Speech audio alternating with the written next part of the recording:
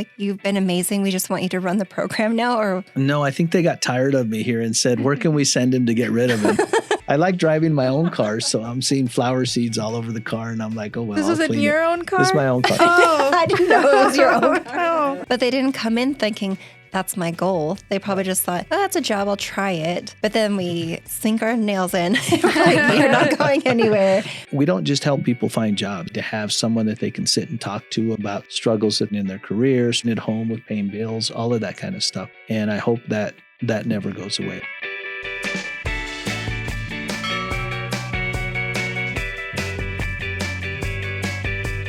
Hello, and welcome to Good Job New Mexico. I'm Stacy Johnston. And I'm Carla Melendez. And today we've got a very special guest. We have our Deputy Secretary for the Department of Workforce Solutions, Marcos Martinez. Yay. So Marcos, incredible, has been with the agency for over 30 years. In his past experience, he's overseen unemployment and reemployment programs for the state of New Mexico. He continues to work on strengthening partnerships with economic development organizations, education, and businesses all over the state. And I think you can hear from his interview the connectivity he has to working face-to-face with people. Yeah, definitely. And I feel like, so you've known Marcos for 20 plus years. 20 plus years. I've known him for over 10 years. So just knowing him for that long, we know that he is truly passionate, like genuinely passionate about helping people. He is a public servant through and through. Definitely. He will do whatever it takes to make it happen. And I think I've learned so much from just watching him being mentored, even though he doesn't know he was mentoring. He was. Right. Yeah. But just learning everything that he's done in the past. And you'll hear it in the interview, but he's like, we come full circle. It's true. Time and time again, it's like, we've done that, best practices, but then improving as we go. Yeah. What do you think in the past, 20 years, what's the biggest thing you've learned from Marcos? I think, honestly, what I've taken from Marcos is just the relationship building that he's done. And I think it's so huge. You took mine. That's what I was going to say. But yeah, it's the relationship building. And he does treat everybody with respect. And he is friendly. I've literally never seen him lose his temper on anything. Right. It's always just like, okay, and how can we get that done? There's no other option. It's like, we always got to go forward. And he just makes it happen. Even when people are stealing his beverages, he still has a smile. Even then, oh my gosh, you guys, I can't wait for you to hear that story. Stay tuned. He is so good at building relationships and not for himself, right? But for the agency. And I think that's probably the thing that I've learned the most from him is, not just don't burn bridges, but make sure that you're upkeeping those bridges, that you're upkeeping those relationships and that you're treating people kindly. For sure. Yeah. And then also how he just conducts himself in any kind of meeting. He always has this cool head about him and confident. Yeah. That's what I get from him. Absolutely. So thank you, Marcos. Thanks, Marcos. Yeah. Deputy Secretary, yes, sir. sorry. He'll hate that. So without further ado, please enjoy Deputy Secretary Marcos Martinez. So welcome and thanks for being here. We've known each other for 25 years. Has it been 25 years? 25 years. Oh my gosh, were you both babies in diapers still? Stacy was. Yes. It was a different program back then. So you are our Deputy Secretary. You've been with the department for over 25 years. How long has it been? 33. 33. That's amazing. Wow. I know. And started from a field office in Taos, New Mexico, all the way up to a deputy secretary, which we want to hear that whole story. So my first job with Department of Workforce Solutions was actually here in Albuquerque. Oh, I did not know that. Yes. I didn't know I pictured you in Taos right so off the bat. I worked a summer here for what they used to call the summer youth program. And then after I did that summer, I went back to Taos. They hired me there to manage the summer youth program for 2 or 3 summers. And that was straight after just being in the summer youth program. And they're like, you've been amazing. We just want you to run the program now. Or No, I think they got tired of me here and said, where can we send him to get rid of him? I don't know. It was, in my mind, it was my first sort of real job. I had to manage probably about 300 kids through the summer. Oh, wow. And help get them employment, make sure that they did what they had to, timesheets, all of that kind of stuff. What would you consider your first non-quote-unquote real job? So I used to be a radio DJ for, probably starting in 8th, 9th grade. 8th, 9th grade. Wait a minute. What? Yeah. For the school? Or No, we didn't have a radio station in the school. It was the local station that we had there. For that, actually, my first job, I used to be the ticket taker at a drive-in. Oh, That's awesome. I miss the drive-ins. Yeah. Wow. So Ticket taker at first, and then we'd have to go walk around and make sure nobody was getting out of the trunk or I think they still have one in Los Lunas. Do they? Yeah, drive-in. Been meaning to go and check it out. It's been so long. I think it's just a fun experience. But yeah, I remember going to it here in Albuquerque. And it got wild. I mean, I was a kid, so I don't think it was wild. I want to ask you, because you grew up in Taos. So I wanted to ask you, what was it like looking for employment in a smaller town? It's easy and hard. Getting a really good job is a lot more difficult in a small town. Getting a job is fairly easy. You know everybody. You know who's hiring. So as long as you've got an okay reputation and your family does, it's not too bad to get a job. It's the difficult thing in a small town. There's only so many jobs. There's only so many good jobs. I think what's exciting is even though you came here for Albuquerque for a little bit, going back to your hometown to then turn around and provide employment services to people that you know and your community. What did that mean to you? I'll tell you so I did that for 8 years. And that was probably, I hate to say it now, but that was probably the most rewarding time of my whole career. Because like what you said, right? You're actually making a difference in somebody's life. And in a small town, it's really cool because they're your neighbors, they're your friends, they're your family a lot of times. So that's important. Even the employers, you know who the businesses are, you know the owners, personally. A lot of times in a smaller town, you have a lot more accountability when you're working like that because, you're going to see these people on the weekend. You're going to see them at Walmart. You're going to see them at church. And so you got to make sure that you do what's right. Speaking of like memorable things and whatnot, any funny like bloopers that might have happened at work? I'm thinking of one that comes to my mind that you told me before, but Help me. What you got? Driving with somebody that decided to eat sunflower seeds. Oh, I remember that. I had a drink and they didn't want to spend money on a drink. They just bought flower seeds. And, when we drive the state, we buy snacks because, this is a long road. And he was there and he was eating his flower seeds, spitting them out all over the place. And I like driving my own car. So I'm seeing flower seeds all over the car. And I'm like, oh, well, this isn't your own car? This is my own car. Oh, I didn't know it was your own car. That's worse. And I'm thinking, no big deal, whatever. He starts sort of moving his lips like he's thirsty. And I'm thinking, no way. No way. Yeah, I didn't have a straw. I didn't have a lid. It was just an open cup. Takes a big drink and puts it back down. And I'm thinking, yeah, I'm not drinking that anymore. Why not? Sharing is caring, Marcos. Yeah, that was not good.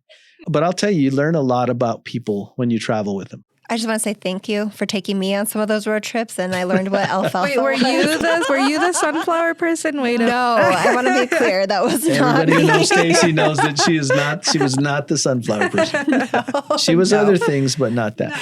And that's all the time we have. Okay. She was the cherry Coke and tater tot. Every community we hit that had a Sonic. Yeah. Have to stop there. Mm-hmm. Yeah, I love Sonic. Shout out to Sonic.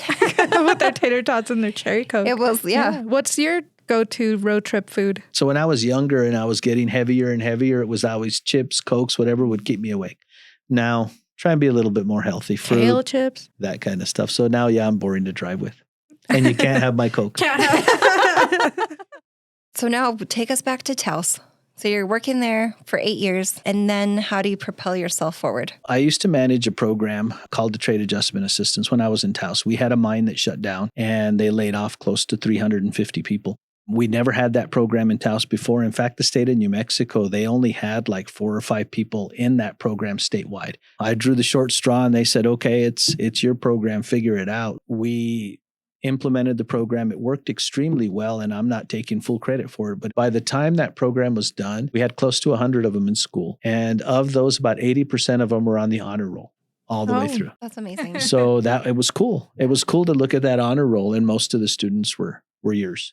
Oh, man. Super proud moment. Then the position came open in Albuquerque to manage that program statewide. They were getting ready to have some big layoffs in Silver City, the mines there, and they were really concerned that they needed somebody who really knew the program.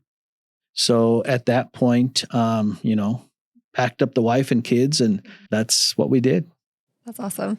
Talking about learning, I think in any facet of a job, you're always continuously learning. Are you surprised that after 30 plus years, maybe there's some things that you're still learning now? I think we always learn. You have to be flexible these days. You have to be open to continuous learning, all of those types of things. These are people we're telling, you can't get set in your ways. You can't, because things are always shifting and changing. So people need to understand that absolutely you're going to always learn things. I tell the secretary all the time, she's funny. She laughs at me when I tell her, there's no new ideas Anytime somebody says something, we're like, yeah, we did that.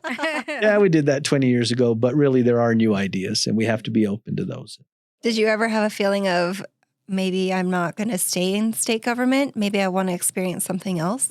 I did leave for about 4 or 5 years to try my hand at something else. And that was interesting. It was private sector and it was good, but had to come back. Finish the retirement, finish sort of the task that you felt that you needed to do. So. And I think for your example, it's like through hard work that people recognize you, they kept elevating you. Is that how you felt like your progression happened to then being deputy secretary? From the outside perspective, that's what it looked like. What's really helped me, I think, is you always want to work hard and you always have to be here for the right reason. I think that helps. But the other thing that's really helped me is relationships. You never burn bridges. You work with everybody. You respect everybody. I think people realize that, you're going to do the right thing. I think that's just awesome advice in general, right? And the not burning bridges, of treating people with respect. And what other advice do you have for someone who, wants to make a career out of public service, out of state government? You got to be here for the right reason. Like, you got to have a servant heart, right? You got to say that I'm here for the people that I serve. I've seen staff come and go, employees come and go, team members come and go. And you can tell. If you don't have this heart, it doesn't make you a bad person. It's just, this isn't for you. If it's for you, those are the folks that are really passionate about what they do and really passionate about making sure that people get served. And I think it's just like, give it a try. Because sometimes people don't know until they're in it, living it, and it might not hit them immediately. It might be a year or two in, where they just suddenly realize, wow, I really love the mission or what we're doing here day to day in the lives that we're impacting. But they didn't come in thinking, that's my goal. They probably just thought, oh, that's a job, I'll try it. But then we sink our nails in. Like, you're not going anywhere. No, and that's awesome. And I remember having a conversation with Stacy when she left for a little while. Mm-hmm. And it was like, are you sure you want to go? Are you sure that's what, No, I did not want to go. And she said, fair, she said that. Yeah. I feel the same way, right? Because I left for a tiny little bit too. And again, right, just like you, I have no complaints of being in a different kind of field, but I just knew where my heart was, right? And my heart was here. I believe in our mission. I believe in what we get to do for people. And I was like, I just have to go back, And did it hit you right away, or did you feel it more when you left? Definitely when I left, yeah, and being gone, and I had a little bit of FOMO and seeing all the cool things that you guys were doing, and I'm like, well, I want to keep being part of that, And so, yeah, I did the same thing, and I was like, okay, I'm ready. Like, please take me back, Yeah, this is what I think every time someone leaves, they'll be back. Like, bye, but I'll see you again soon. Marcos, I'm curious what you kind of see the future of this agency being. What do you, in your crystal ball, what do you foresee for the agency? I don't know. It's tricky because as we go to national meetings and those types of things, everybody is really, all the other states are going away from local offices in your community, and they're going to online services and they're going to call centers. I hope we don't go in that direction. I think that our offices are really the hubs of the communities that they're in. I had a customer come in one time when I was working in Taos. It was a man in his mid-30s and a little girl who was probably 6, 7 years old. He hadn't gotten his unemployment check. And, having to tell him, it hasn't been made. It'll probably be 3 or 4 days till you get it in the mail. And the little girl looks up at him and says, but I'm hungry, Dad.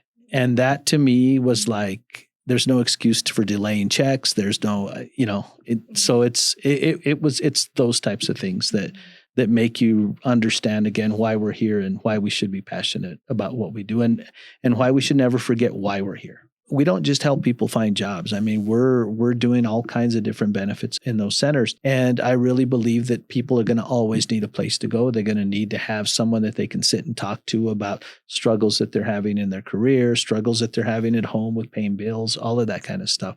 And I think that's a role that we fill. And I hope that never goes away. I think it's different if you can't sit down and talk to somebody face to face. I'm hoping that, our offices get modernized, they do whatever they have to do, but I hope that they're still there in those communities and doing everything they can to help those communities thrive. Yeah. And I think that's especially important, right, in the smaller, like the rural areas, right, who, like you said, that is the hub, that is the center of the community. And so taking that away, I think, would be difficult, not just for us, but for the community itself. I think New Mexico is so different than those other states. Like, we're so community based and we care about the people here. I mean, we're huggers. I don't picture us going away from that either, just because of the connectivity that we like to have from person to person. But it gets challenging, right? Budgets don't go up. U.S. Department of Labor is actually bringing budgets down because, going to online services and those types of things are cheaper. It's going to be a tough battle to be able to keep what we have going. I know the secretary feels the same way I do, that we're going to do everything that we can to stabilize the offices, make sure they're fill a crucial need in the communities and that they stay. Yeah, it's just going to be following your motto. There has to be a way. So find the way. Right. Find a way, yeah. Are there any myths you want to bust about the Department of Workforce Solutions, about being a public servant? The one that's kind of at the top of my mind is you guys are the unemployment office, right? Well, and that's interesting because we've worked the last few years to stop being embarrassed of being the unemployment office and retraining staff to understand that people who are unemployed need jobs just like everybody else. And how do we best serve them? And instead of turning them away and saying, hey, you got to call this number or you've got to get online, come on in and let us help you. It was interesting. We spent, and Stacy knows this, we spent a lot of years trying to not be the unemployment office. Mm-hmm. And it's funny because I'm okay being the unemployment office as long as they understand that it's unemployment and right. Yep. We're the support of your entire career journey, from exploration to getting in, protecting your worker rights, to if you happen to lose your job through no fault of your own. We're there to help assist you in that transition, get you into new employment, help you explore new avenues, which is another reason why I love our Be Pro, Be Proud truck. If you haven't checked that out, do it for skilled trades. But it's just we're there for the whole journey, no matter what, no matter where you are in that journey, we're there. And I agree. Yeah, and for me, right, that's especially important for young people to give them all their possible options. They get to explore it all and then make an informed decision for their future. How do you maintain a healthy work-life balance? I imagine, as being the deputy secretary, there's a lot on your mind regarding work 24/7, but how do you maintain that healthy balance? If you love what you do, it doesn't stress you out and you do what you can to help. Have you ever felt stressed at work, do you think? I mean, we all get stressed. I was like, who says no? This is wild. I think we all get stressed out. But again, it's just remembering what we're here for. I mean, when you remember that, whatever little stress you're going through is nothing compared to what somebody who just lost their job is going through, or somebody whose factory or something shut down. Like, that's stress. I think we might have to move to Taos, so we can be the same as Marcos. We're just like, just go with the flow. You find a way through. Hey, I'm down. There's a lot of really cool outdoor activities to do in Taos. Yeah. That's why I'm back every weekend. Yeah, absolutely. Okay, we're going to do some rapid, not so rapid questions. What's your go-to lunch? Golden Pride. Did you have that today for lunch? I did. Ooh, okay. There you go. Can you describe your current job using only emojis? I'm old. I barely know what emojis are.